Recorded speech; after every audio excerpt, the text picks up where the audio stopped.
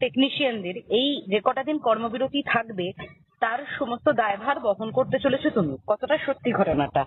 দেখো, আমি একটা কথা বলি, এটা আমি আহ, কালকে যখন এই সিদ্ধান্ত হয়েছে, আমি কালকেই সিদ্ধান্ত নিয়েছি যে যেহেতু আমি মান্থলি পেমেন্ট পাই, আমার পেমেন্টটা তো আসবেই, আমার পেমেন্ট আমি খাবোই। তাহলে আমি খাবো, আর আমার পাশের বাড়ির লোকটা খাবে না, এটা শুধু আমার করে লিখে করবো, হ্যাঁ, আর মুখে বলবো, সেটা করলে হবে না।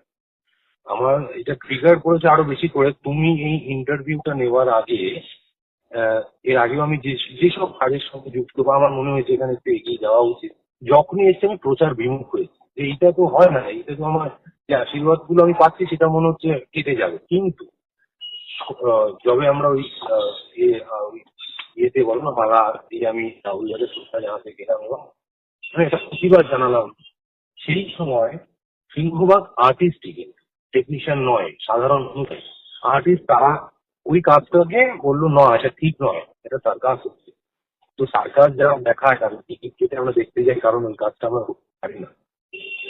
আমি আমার মতো করে প্রতীকী বিপ্লব দেখিয়েছি, ওটা একটা প্রতীকী বিপ্লব, আমার কথা শোনা হয়নি এবং আমার ফোরামের কাছে আমি প্রতীকী বিপ্লব দেখিয়েছি। তার বিপ্লবের ফলও আমি নিশ্চয়ই পাবো। আমরা বিপ্লব দেখাবো না, একটা গণতান্ত্রিক দেশে বাস করি। আজকে কেন আমি এই কথা তোমার সঙ্গে বলছি, কারণ আমি কেন তুমি ফোন করছো, আমি তোমাকে ইন্টারভিউ দিচ্ছি, এই কারণে এইটাও জানা উচিত যে যেহেতু এই কাজগুলো করে, এরকম ভুড়ি ভুড়ি কাজ রয়েছে।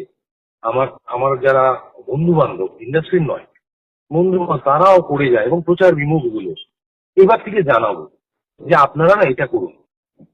তাহলে হয়তো আপনাদের মনে হবে যে এটা আমাকে অনেক একজন পোস্ট করে আর ডিলিট করে যায়, পোস্ট করে মানে আমি আমার সহ অভিনেতার কথা বলছি, তার সাথে আমার পরিচয় নেই, পোস্ট করে ডিলিট করে দেয় যে মিডিয়ার ফুটেজ পাওয়ার জন্য গলায় মালা করে নিত। জিতু কামালের এই ভগবানের যা আশীর্বাদ, উম, সাধারণ মানুষের যা আশীর্বাদ, আমার ফুটেজ আলাদা করে দরকার হয় না, মানে দরকার নেই। আমি কাজ করতে পারছি, আমি তার জন্য কৃতজ্ঞ ইউনিভার্সের কাছে, বাবা মার কাছে, এবং আমার প্রচুর ফুটেজ, প্রচুর মাইলেজ আমি পাই।